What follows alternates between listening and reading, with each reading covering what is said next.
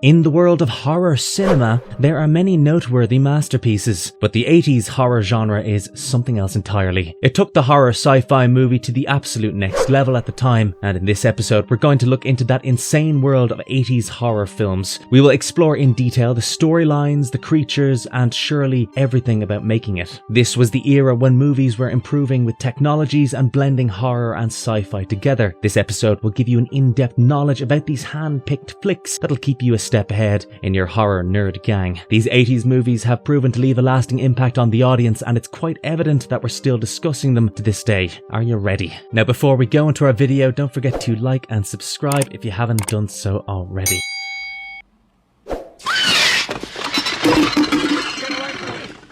The Thing, 1982. The Thing showcased the work of John Carpenter and starred Kurt Russell. It was kind of an attempt to remake the 1951 movie The Thing from Another World. The Thing initially faced criticism for its characters, music, and even the intense scenes. Nevertheless, the film got an appreciation for its remarkable special effects. Over time, its reputation obviously improved with positive responses from video and TV releases. The Thing itself is a total menace of a creature. It's an extraterrestrial from the 1982 science fiction film The Thing, its prequel, and the various video games and literature attached. This is a shape-shifting organism that's hostile, hive-minded, and possesses the unique ability to assimilate and adapt to other life forms for survival and expansion. The original characteristics and motivations of the Thing are pretty much unknown, as it might have assimilated numerous species before reaching Earth. Unlike typical creatures on Earth, the Thing lacks standard anatomy, and it's possible that the Thing is a colonial organism with instructions for absorbing other species encoded genetically in it. The Thing is remarkably resilient, and it can rebuild itself after significant damage, and it's immune to the regular attacks faced by humans. However, it's vulnerable to fire and molecular acid, which can destroy it at a cellular level. Further, the Thing's intelligence is linked to its size. It becomes more intelligent the bigger it gets. MacReady's test was an important one in the story. It hinges on the concept that the smaller things act violently for self-preservation, while larger ones, like humanoid imitations, choose to hide smartly instead of engaging in combat. In the book, MacReady explains this idea further, highlighting how behavioural changes depend on the size. A full-sized Thing is remarkably intelligent and believed to harness the collective intelligence of all the assimilated organisms in its lifespan. Blair Thing, possibly originating from the Nordman dog or its descendants, has demonstrated this intelligence by constructing a non-terrestrial ship using helicopter and tractor parts. The organism inherits knowledge and intelligence from its predecessors, contributing to its overall cunning and capabilities.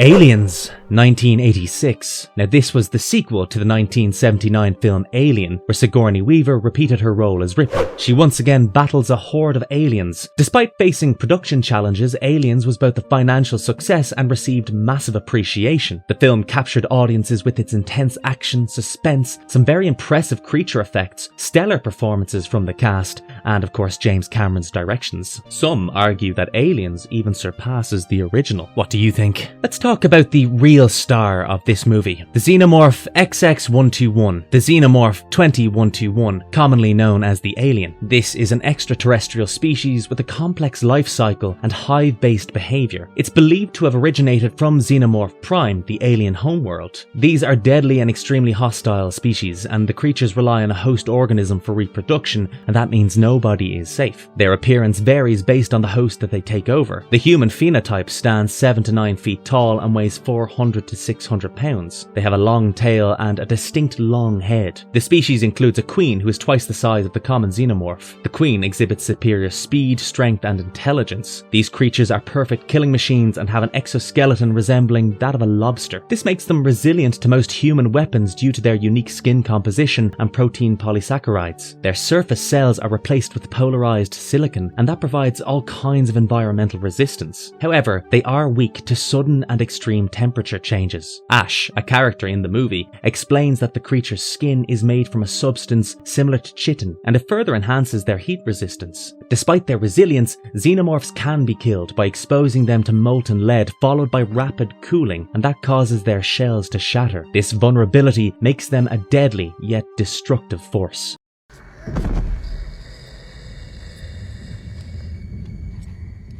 Predator, 1987. In this action-packed flick, Predator, Arnold Schwarzenegger leads a US Special Ops group on a rescue mission. He encounters a deadly alien with the ability to camouflage at will. The movie features the iconic voice of Peter Cullen, known for voicing Optimus Prime. Predator earned acclaim for its directing, explosive action, special effects, and intense climax. There's no doubt that Arnold Schwarzenegger's performance adds to the film's success. It spawned 3 sequels and 2 crossover movies with the Alien series, Alien vs. Predator and Alien vs. Predator Requiem. The extraterrestrial warriors in Predator are known as Yautja, or Predators. They are a race of bipedal humanoids that possess distinct physical features. They're taller than humans and have dreadlocks, advanced technology, and reptilian skin with mandibles on their faces. These Predators have a vast range of weapons, including biomasks, multi-purpose wrist gauntlets, invisibility and cloaking devices, wrist blades, and much more. The Yautja showcase a range of abilities like superhuman strength and more during the films. The Predators possess remarkable physical strength and can take down multiple humans simultaneously. These alien predators are above human level in durability, as their bodies can withstand substantial damage unless hit by a heavy duty weapon like a tree log. That was a badass scene. Moreover, they're highly resistant to standard human weapons and quickly recover from injuries as well. Predators are incredibly agile and possess exceptional coordination. This is evident throughout the movies. Moreover, they are relentless in pursuing their targets, specifically when the targets are after their life. As the name suggests, predators are renowned for their excellent hunting skills, using advanced tactics to track and capture their prey. The Yautja's unique blend of advanced technology and physical prowess makes them true to their name, Predator.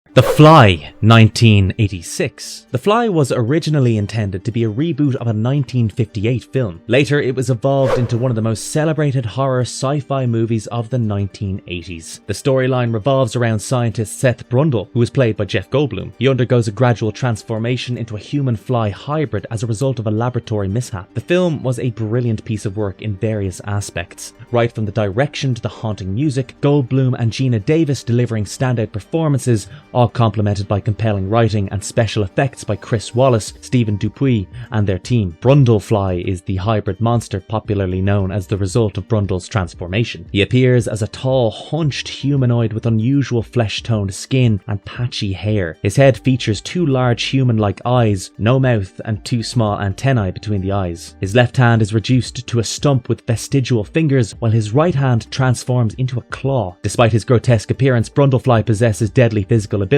easily overpowering groups of human soldiers and effortlessly climbing walls. One of his distinctive moves involves the use of corrosive vomit, showcasing the monstrous nature of his transformation. The Fly received praise for its engaging story and the impressive visual and technical portrayal of Brundle's transformation.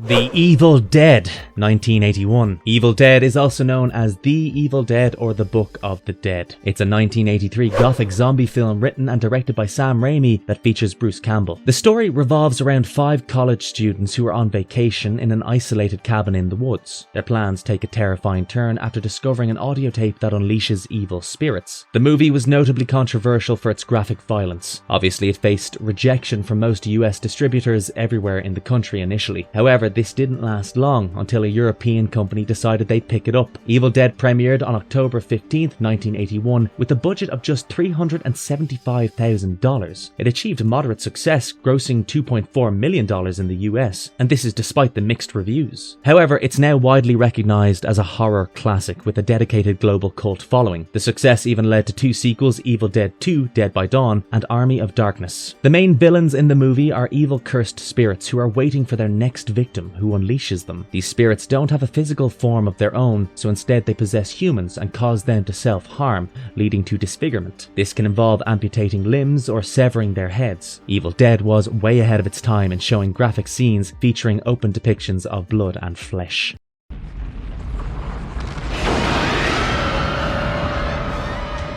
The Blob, 1988. The Blob is one of those movies that needed a remake, and so it was remade in the year 1988, which was highly inspired by the 1958 original film. The movie maintained the storyline of a gelatinous alien substance that dissolves everything and grows dangerously in size. The gruesome special effects were led by Tony Gardner and his talented team. I must say their efforts were on point because they surely captivated the audiences. However, some believed the remake lacked the charm of the original. However, director Chuck Russell, on the other hand, contemplated whether the inclusion of comedic elements might have played a role in the mixed reviews received by the film. Moreover, in the storyline, a small meteorite brings the Blob to Earth, which initially appears harmless. When poked by an old man, it dissolves his hand, setting off a series of events. As the Blob consumes and grows, a couple tries to alert the police and the public, but the creature wreaks havoc on the city and completely resists police efforts until the couple discovers its weakness. Fire extinguishers freeze and eventually destroy the Blob. In the remake, the Blob results from a failed military experiment involving a virus and outer space radiation. Despite these changes, the focus remains on the Blob consuming the city and growing in size. The Blob, with its amorphous jelly-like form, digests flesh on contact and integrates it to increase its size. It lacks a proper form, allowing it to change shape, squeeze through narrow passages, and, as it grows, engulf and smash objects under its weight.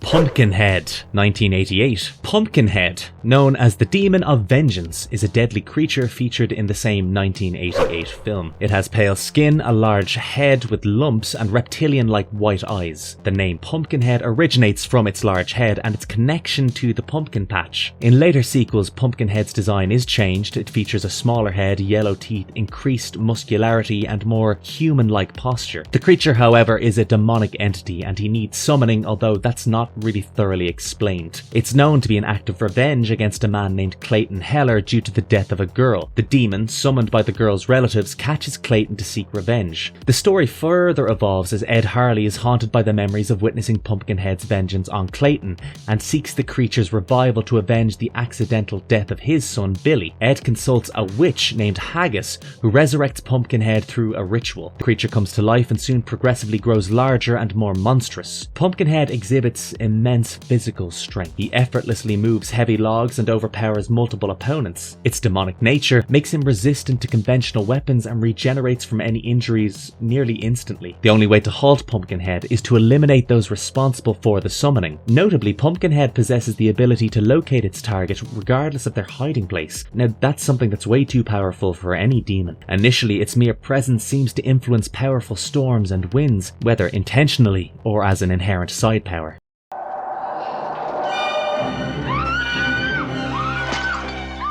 The Howling, 1981. The Howling follows a reporter, Karen White, who's recently been hit by amnesia after an encounter with a serial rapist. To aid her recovery, her therapist suggests a stay at the Colony, a seemingly peaceful resort. However, dark secrets unfold as Karen discovers that the residents of the Colony are werewolves. The Howling was released in the same year as An American Werewolf in London, and The Howling is often compared to the latter. The film's plot unfolds slowly and gains momentum towards the end when the werewolves are fully revealed. The werewolves are portrayed as vicious and intimidating, with special effects bringing them to life. Transformation scenes are not as realistic as those in American Werewolf, contributing to the film's slightly cartoony feel. There's definitely a pinch of humour in the film, but The Howling leans more towards outright horror. The film's pace and storyline may not be overly exciting within the first half hour, but it compensates overall with impressive special effects and decent gore, especially in the later scenes. The Howling holds its own among werewolf movies and offers a satisfying experience in the Hollywood monster genre.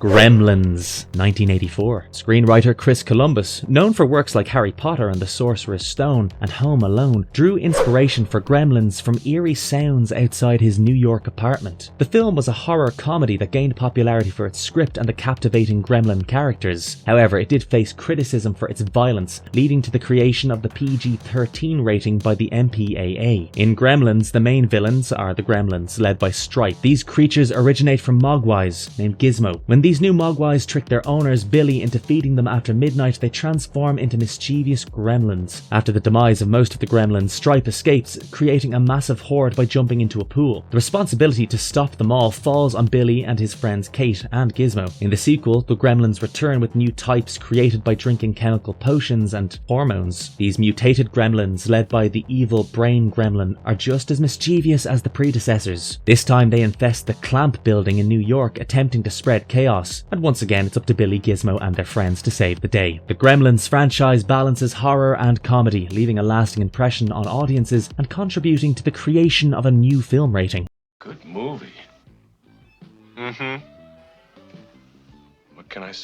An American Werewolf in London. John Landis wrote and directed An American Werewolf in London. He drew inspiration from a gypsy funeral he'd witnessed during his time working on Kelly's Heroes. The gypsy burial involved burying the corpse with its feet sticking up to prevent it from returning. Despite Landis being primarily known for comedies, the horror film was a box office success and gained a devoted fan base. The audience appreciated the film's story with its unique blend of horror and comedy. An American Werewolf in London is particularly renowned for its groundbreaking practical effects. The film also received recognition for its makeup, winning the inaugural Oscar for Best Makeup in 1982. Further, the practical effects were a major highlight for viewers and definitely contributed to the film's lasting impact. The movie features a large, hunched werewolf creature with grey fur, deformed hands, human-like hair on its head, and a red mouth with sharp teeth and green owl-like eyes. This distinctive creature runs on all fours and adds to the film's super creepy atmosphere. Overall, An American Werewolf in London successfully combined various elements and defied initial skepticism about Landis's transition from comedies to the horror genre.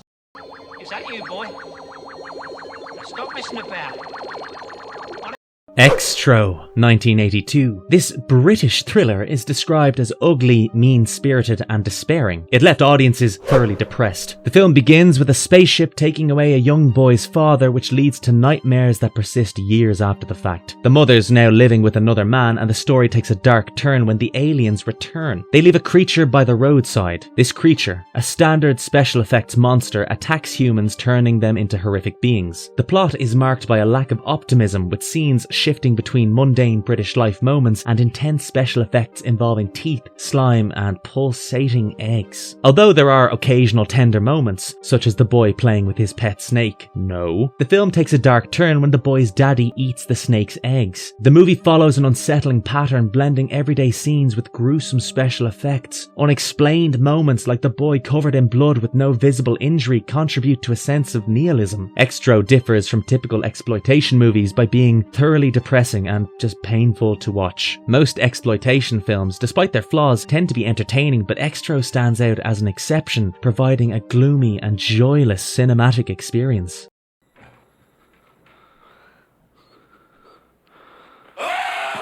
Basket Case, 1982. Dwayne Bradley is a friendly and naive young man who arrives in the gritty atmosphere of 1980s Times Square, carrying a mysterious basket. He stays at a shabby hotel and becomes clear that there's something alive in the basket, and Dwayne has a psychic connection with it. The next day, he seeks out local doctors who mysteriously meet brutal fates after his visits. This hints at a vengeful agenda. In a flashback, we discover that Dwayne had a deformed twin named Belial growing from his side. Despite being surgically separated against their wishes, they remain determined to stay together and seek revenge upon the doctors who separated them. Despite its unique and memorable plot, Basket Case succeeds with clever touches and a blend of dark comedy and gory horror scenes. Originally, it was marketed as a comedy with the gore parts edited out, and the film found success in midnight screenings once the gore had been added back in. After the success of Basket Case, director Frank Henenlotter continued exploring with films like Brain Damage and later returned with legitimate sequels in the early 90s. Despite this, audiences still love the original Basket Case for its raw, low-budget style and unique charm.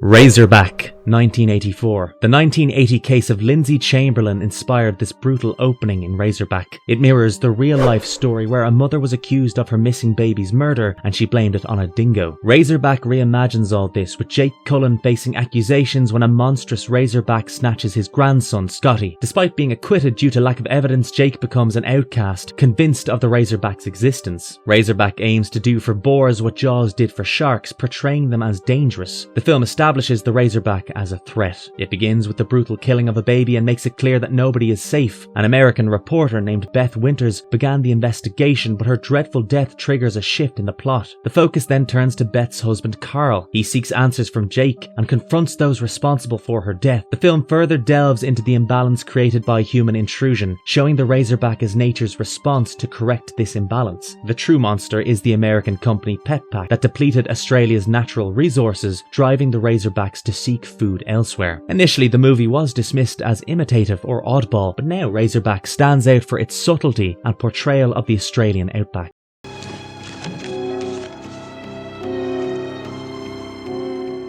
The Stuff, 1985. The Stuff is a satirical horror film that explores consumerism and corporate greed, but falls short of being outstanding due to a lack of horror intensity. The story begins with railroad workers discovering a delicious white substance coming from the ground, marketed as the Stuff. It becomes a hit, affecting the ice cream market with its addictive qualities. To combat this, the ice cream industry hires David Mo Rutherford, who's a former FBI agent skilled in industrial sabotage. He uncovers the terrifying truth about the Stuff, that it's a living organism, a parasite that takes over the brains and turns victims into zombie-like creatures and eventually consumes them from the inside. It's a cool concept, there's clever effects, and the movie leans towards silliness more than actual scares. The addictive nature of the Stuff and its transformation of victims provides tension, especially in scenes like a family trying to get their son to eat it. The film's darker final scene contrasts with the overall lighthearted tone, however. The story includes a theme of corporate greed, depicting massive corporations pursuing profit regardless of the harm caused. Now, while it's not groundbreaking, it effectively adds depth to the storyline. However, the film does grapple with its identity, and it keeps shifting between horror and comedy without doing an amazing job in either.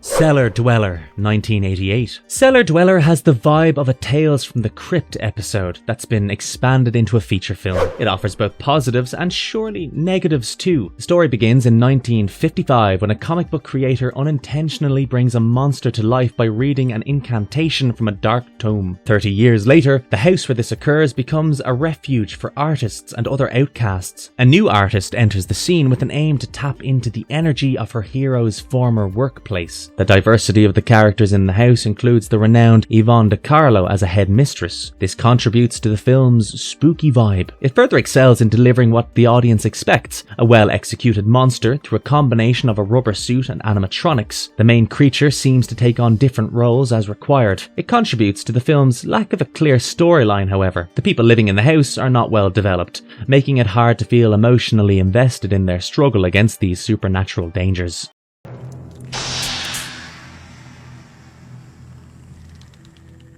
Marvelous Verdict. In exploring the world of 80s horror, we've journeyed through a list of chilling tales, each leaving its mark upon that genre. From aliens to demonic entities to cursed spirits, we've covered it all. These films not only terrified the audiences, but also showcased the popularity of horror and sci-fi back in the 1980s. This episode also highlights the art of horror filmmaking within a limited budget sometimes. Filmmakers have proved time and time again that horror doesn't have to have big money, but rather big creativity. Many of these movies have left a lasting impact on the movie-making business and have further influenced the genre as a whole. While everyone may have their personal favourites, we all agree that this list surely has a couple of cult classics. And this episode only really scratches the surface of the 1980s horror creature feature movies. So let us know your list of spooky flicks that you want us to explore. We hope you enjoyed this video and stick around because we'll be back with a new one soon. That's it for now, stay safe. And if you liked our content, don't forget to leave us a like and subscribe if you haven't done so already. Have a good one and be safe. Thanks everyone.